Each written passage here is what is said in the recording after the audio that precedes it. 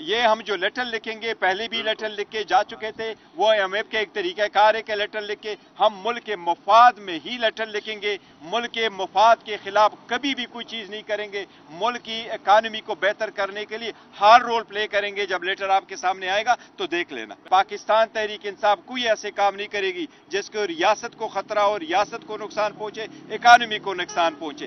Letter آپ کے سامنے آئے گا، پڑھ لینا انشاءاللہ تعالی۔